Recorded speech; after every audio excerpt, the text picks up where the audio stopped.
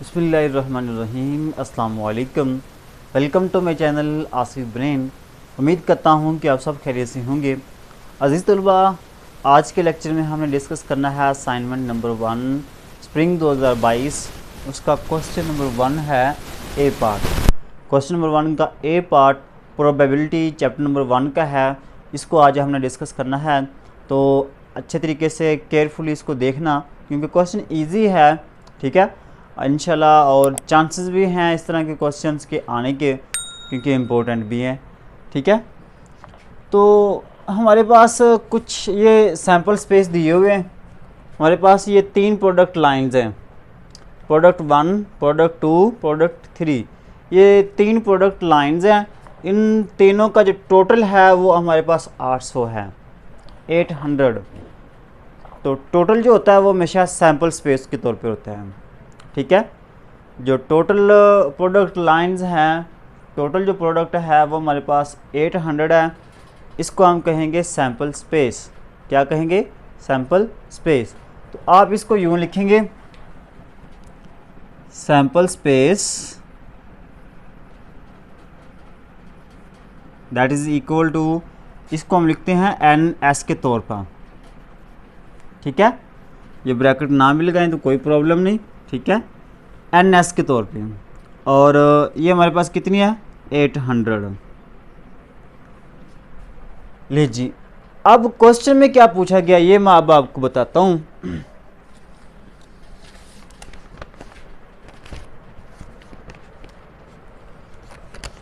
देखिए, क्वेश्चन में ये पूछा गया कि सबसे पहले the part is of the product 1 type. पहला क्वेश्चन है the part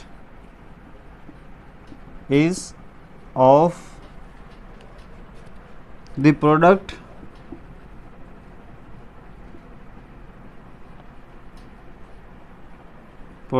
of product 1 type. ठीक है, प्रोडक्ट 1 टाइप। ठीक है, ये पहला क्वेश्चन पूछा गया। इसकी प्रोबेबिलिटी हमने फाइंड आउट करनी है। ठीक है, हमने क्या करना है? प्रोबेबिलिटी फाइंड आउट करनी है। तो सबसे पहले तो आपको यहाँ से पता होना चाहिए कि यहाँ पे लिखा हुआ है प्रोडक्ट 1। क्या लिखा हुआ है? प्रोडक्ट 1। तो प्रोडक्ट 1 का आपको पता होना चाहिए। ये लाइन हमारे पास है प्रोडक्ट 1 की। तो यहाँ पे जो टोटल लिखा हुआ है ये आपका टोटल है प्रोडक्ट 1 का। ठीक है, तो आपने यहाँ पे लिखना है, इसके लिए जो आपने लिखना है यहाँ पे NA, यहाँ पे ब्रैकेट ना लगाएं तो भी कोई प्रॉब्लम नहीं है, लगा लें तो भी कोई प्रॉब्लम नहीं है। NA इक्वल टू कितने टोटल? 90। प्रोडक्ट 1, जब प्रोडक्ट 1 की बात करें तो 90 आएगा। अगर आपसे पूछें कि एक्सेप्टेबल प्रोडक्ट 1 हो तो फिर ये वाला आएगा। एक्सेप्टेबल भी हो और प्रोडक्ट 1 भी हो तो फिर ये वाला आएगा। ठीक है, और अगर अनएक्सेप्टेबल हो और प्रोडक्ट 1 हो तो वो ये वाला आएगा। ठीक है, चलिए फिलहाल प्रोडक्ट 1 की बात हो रही है तो वो टोटल 90 है, तो 90 आप यहाँ पे लिखेंगे। अब हमने निकालनी है प्रोबेबिलिटी।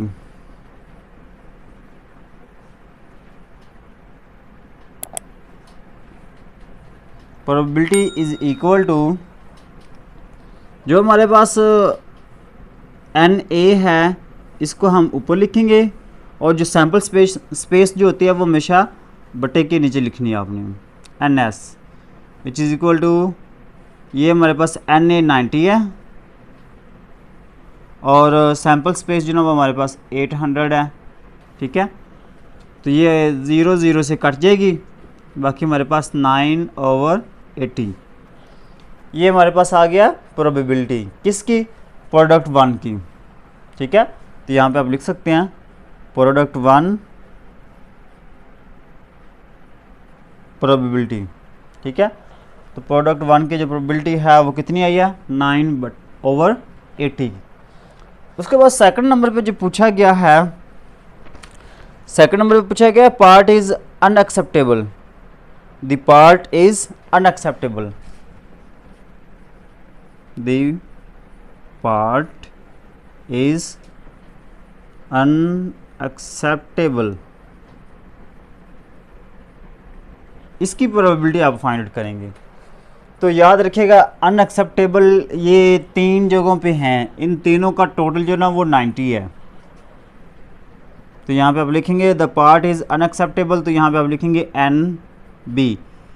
ठीक है, जो फर्स्ट क्वेश्चन था उसको आपने यहाँ पे A का नाम दे दिया, जो सेकंड ठीक है उसको आपने NB का नाम दे दिया।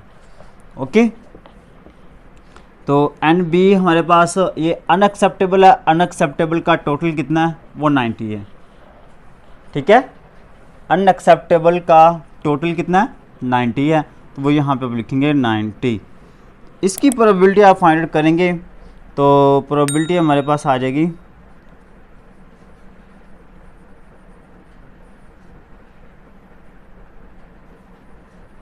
Probability equal to NB over NS।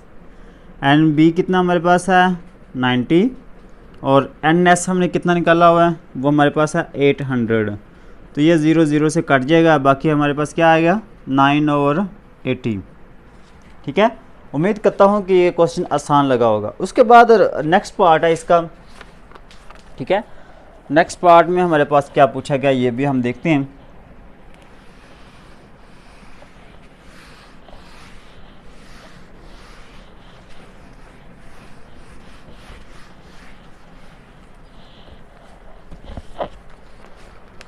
Third part में दिया हुआ है the part is an acceptable,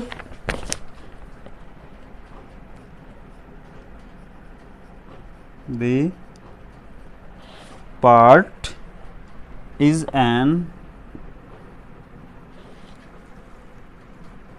acceptable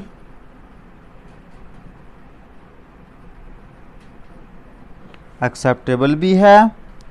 unit of product 3, unit of product 3, product 3 का एक्सेप्टेबल कितना है 204। ठीक है, अगर तो अकेला वो कहते ना प्रोडक्ट 3 तो फिर आपने इन दोनों का टोटल 230 लिखना था, लेकिन उसने ये कहा है कि एक्सेप्टेबल भी है और प्रोडक्ट 3 भी है, तो एक्सेप्टेबल प्रोडक्ट 3 का वो है 204।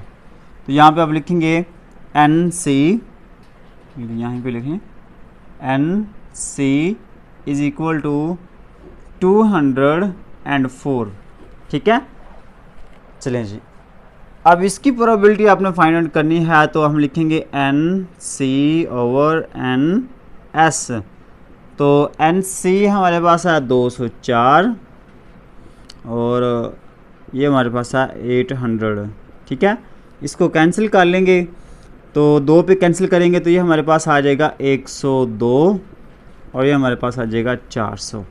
ठीक है, 2 पे कैंसिल कर लेना है, इसको मज़ीद 2 पे कैंसिल करें। ठीक है, तो ये हमारे पास आ जाएगा 200 और ये हमारे पास आ जाएगा 51। ओके, चलें जी, ये हमारे पास आंसर आ गया। उसके बाद नेक्स्ट पार्ट है। नेक्स्ट पार्ट में क्या पूछा गया, the part is an unacceptable, the part is an unacceptable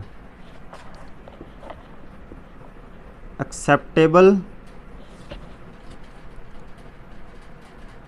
unit of product 1, unit of product 1, product 1 का अनएक्सेप्टेबल, प्रोडक्ट 1 का अनएक्सेप्टेबल कितना 24। तो यहाँ पे इसको हम लिखेंगे ND, वो हमारे पास है 24, तो 24 यहाँ पे हम लिख लेंगे। इसकी प्रोबेबिलिटी हमें निकालनी है, तो हम लिखेंगे ND ओवर NS। तो ये हमारे पास 24 आ जाएगा और ये हमारे पास आ जाएगा 800। तो इसको कैंसिल करेंगे, 2 पे कैंसिल कर लें तो ये हमारे पास आ जाएगा 12 और ये हमारे पास आ जाएगा 400। इसको मज़ीद 2 पे कैंसिल कर लें, ये आ जाएगा 6 और ये हमारे पास आ जाएगा 200। आगे ये मज़ीद 2 पे कैंसिल होता है तो ये 3 आ जाएगा ऊपर और नीचे 100 आ जाएगा। तो ये हमारे पास आंसर आ जाएगा। ठीक है, उसके बाद नेक्स्ट पार्ट है पाँचवा। ठीक है, पाँचवा, छठा और सातवां वो हम देखते हैं।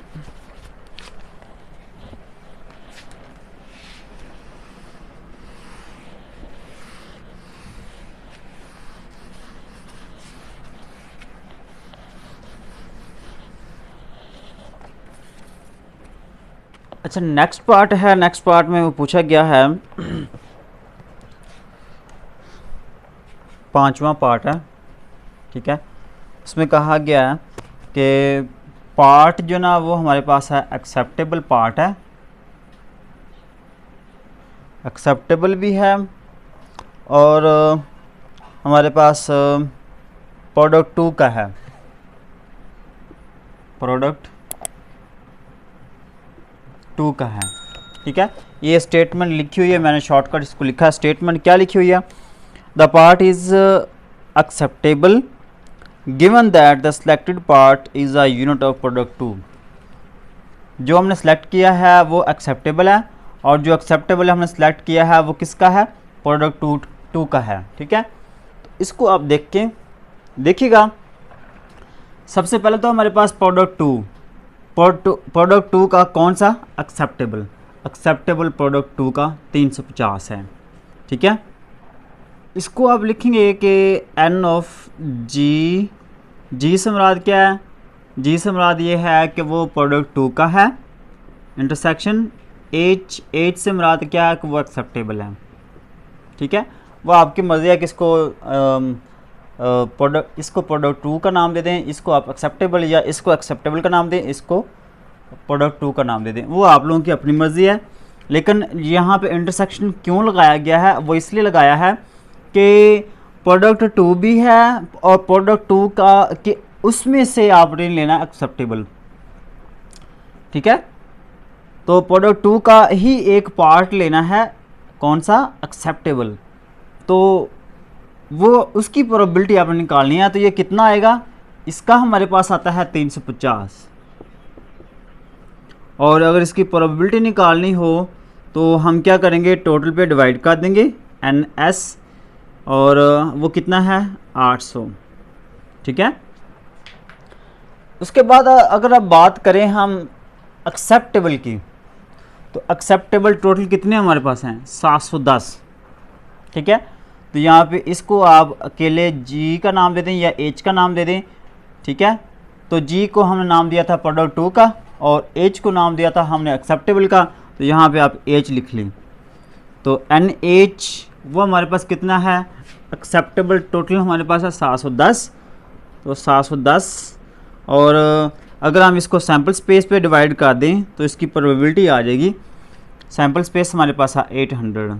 ठीक है, तो ये हमारे पास 0 से कट जाएगी, बाकी 71/80, और यहाँ पे भी 0 से कट जाएगी, बाकी रह जाएगा 35/80। ठीक है, अब इन दोनों का कंबाइन जो ना वो हमने लेना है, मतलब कि हमने इसकी जो प्रोबेबिलिटी निकालनी है वो इस तरह से निकालनी है। ठीक है, प्रोबेबिलिटी एंड G/H। ठीक है, G/H। इसका मतलब क्या है? इसका मतलब ये है कि प्रोबेबिलिटी ऑफ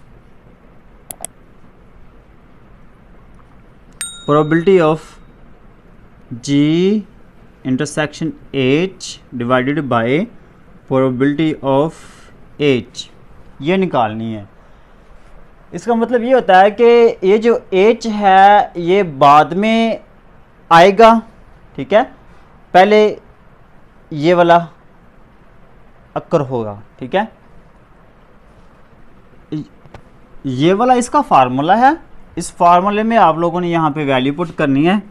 तो वैल्यू हमारे पास आ जाएगी G इंटरसेक्शन H है, इसकी वैल्यू हमारे पास है 35/80 डिवाइडेड बाय, उसके बाद प्रोबेबिलिटी ऑफ H है। ठीक है, तो ये आ जाएगा प्रोबेबिलिटी ऑफ H। ठीक है, तो वो हमारे पास कितनी है? 71/80, 71/80। तो ये 80 से कैंसिल हो जाएगा, बाकी रह जाएगा 35/71। ये आंसर आ जाएगा। उम्मीद करता हूँ कि आप लोगों को इसकी समझ आ गई होगी।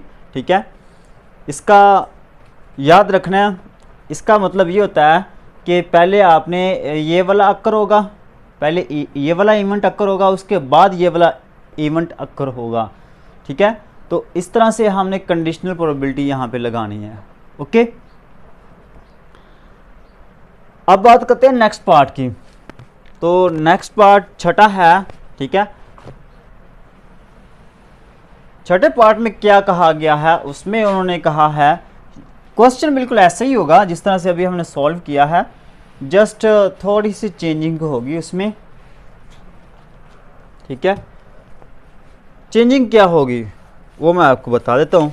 चेंजिंग ये वाली दी हुई है कि पार्ट इज प्रोडक्ट 1 है, हमारे पास जो पार्ट है वो प्रोडक्ट 1 है जो हमने सेलेक्ट किया है, और इसके अलावा सिलेक्टेड पार्ट जो ना वो एक्सेप्टेबल है। एक्सेप्टेबल, तो याद रखना है प्रोडक्ट 1 का एक्सेप्टेबल कितना है, NI इंटरसेक्शन J। ठीक है, I इंटरसेक्शन J, क्योंकि पीछे हमने लिया था G और H, इसके बाद अगले दो ले लें I और J। ठीक है, इंटरसेक्शन बिल्कुल वैसे ही है। इसका मतलब क्या है कि ये जो I है ये हमारे पास है प्रोडक्ट 1। ठीक है, और जो J है ये एक्सेप्टेबल है। ओके, इन दोनों का इंटरसेक्शन, इंटरसेक्शन से मुराद क्या है कि प्रोडक्ट 1 में से ही हम एक टाइप ले रहे हैं, प्रोडक्ट 1 में से ही एक टाइप ले रहे हैं। ठीक है, तो ये हमारे पास एक स्पेशल कंडीशन बन जाएगी। इसकी प्रोबेबिलिटी जो ना ये हमारे पास कितने बनेंगे, प्रोडक्ट 1 भी हो और एक्सेप्टेबल भी हो तो वो क्या है 156, और इसकी प्रोबेबिलिटी निकालनी हो तो हम 80 पे डिवाइड कर देंगे, तो यहाँ पे हम लिख देंगे NS। ठीक है, तो ये हमारे पास आ जाएगा, ये सॉरी 800 यहाँ पे, तो ये वैसे ही इसको अब लिख लेंगे। ठीक है, ऐसे ही छोड़ देंगे। अगली बात वो कहता है कि वो सिर्फ एक्सेप्टेबल है। ठीक है, अब देखेंगे एक्सेप्टेबल टोटल कितने हैं, 710, NJ/NS। J से मुराद क्या है कि एक्सेप्टेबल, एक्सेप्टेबल टोटल हमारे पास कितने हैं 710, और सैम्पल स्पेस हमारे पास है 800। ठीक है, तो अब इन दोनों का आपने निकालना है, प्रोबेबिलिटी निकालनी है इन दोनों की, तो ये ऊपर आएगा और ये नीचे आ जाएगा। ठीक है, probability of I divided by J, ये स्पेशल कंडीशनल प्रोबेबिलिटी है। इसमें सबसे पहले आपने क्या करना है, इन दोनों का इंटरसेक्शन लेना है, probability of I intersection J, फिर उसके बाद जो नीचे वाला है वो आपने नीचे लिख लेना, प्रोबेबिलिटी ऑफ J। ठीक है, अब इसकी वैल्यूज़ हमने निकाली हुई हैं। इंटरसेक्शन वाली वैल्यू ये वाली है 156/800 डिवाइडेड बाय, और जो J वाली है वो ये वाली है 710/800। तो ये 800 से कट जाएगा, 156/710, ये आंसर आ जाएगा। आप अगर इसको मज़ीद कैंसिल करना चाहें तो कर लें, अदरवाइज़ यहाँ तक भी ठीक है। ठीक है, अब जो नेक्स्ट टाइप है, नेक्स्ट क्वेश्चन है वो ये हमारे पास दिया हुआ है, पार्ट इज प्रोडक्ट 3, जो प्रोडक्ट 3 का हमारे पास पार्ट है, और है कौन सा, अनएक्सेप्टेबल। ठीक है, तो यहाँ पे चेंजिंग कर लेंगे, तो ये J के बाद K एंड L लिख लें। ठीक है, तो यहाँ पे आप लिख लेंगे L, सिर्फ यही फ़र्क होगा K एंड L। ठीक है, तो यहाँ पे आ जाएगा K एंड L, यहाँ पे आ जाएगा L। ओके, सिर्फ यही डिफरेंस होगा। अब आपको मैं बता देता हूँ कि प्रोडक्ट 3 का कौन सा है, अनएक्सेप्टेबल। प्रोडक्ट 3 का अनएक्सेप्टेबल कितना, 26। तो यहाँ पे 156 की जगह पे आ जाएगा 26, ठीक है, 26। ओके, उसके बाद अनएक्सेप्टेबल टोटल कितना है, 90 है, तो यहाँ पे आ जाएगा हमारे पास 90। जस्ट ये काम करना आप लोगों ने, और यही वैल्यूज़ यहाँ पे लिख लेनी है। ये है 26, तो यहाँ पे आप लिख देंगे 26, और यहाँ पे टोटल कितने हैं, 90 हैं, तो यहाँ पे आप लिख देंगे 90। बाकी सारा क्वेश्चन वही है, तो ये 800 से कट जाएगा, बाकी हमारे पास रह जाएगा 26/90। इसको मज़ीद कैंसिल करना चाहें तो कर लें, ठीक है, ये 13 बन जाएगा और ये 45 बन जाएगा, ठीक है। ये आंसर आ गया। उम्मीद करता हूँ कि आप लोगों को क्वेश्चन की समझ आई होगी। याद रखना है कि क्वेश्चन की प्रैक्टिस कर लेनी है। चैप्टर नंबर 1 का ये क्वेश्चन इम्पोर्टेंट है क्योंकि असाइनमेंट में आया हुआ है। अगर ये क्वेश्चन असाइनमेंट में आया हुआ है तो ये इम्पोर्टेंट है, क्योंकि ये 20 मार्क्स का क्वेश्चन आना है अगर आया तो, ठीक है। इसको अच्छे तरीके से कर लीजिएगा। उम्मीद करता हूँ कि आपको क्वेश्चन की समझ आई होगी। अगर क्वेश्चन की समझ आई है तो वीडियो को लाइक ज़रूर कीजिएगा, चैनल को सब्सक्राइब कीजिएगा। मिलते हैं नेक्स्ट वीडियो में, तब तक के लिए अल्लाह निगहबान।